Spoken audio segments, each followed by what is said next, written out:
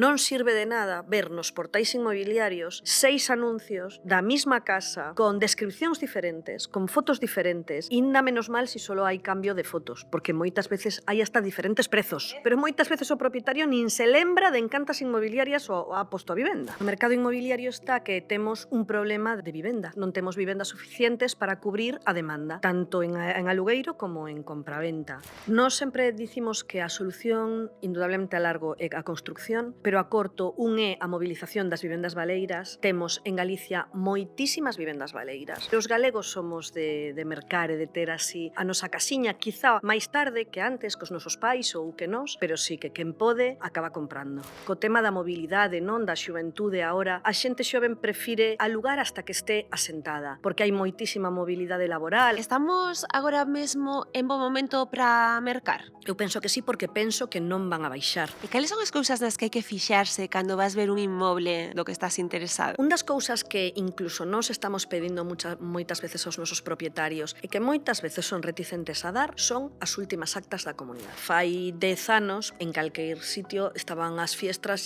cheas de cartéis de se vende, pero non é o habitual xa porque a xente ten medo a ocupación. E intentar que a xente poda ver que as inmobiliarias non somos o enemigo, que nós estamos para axudar a xente a ter a vivenda, que é algo super importante na vida de un.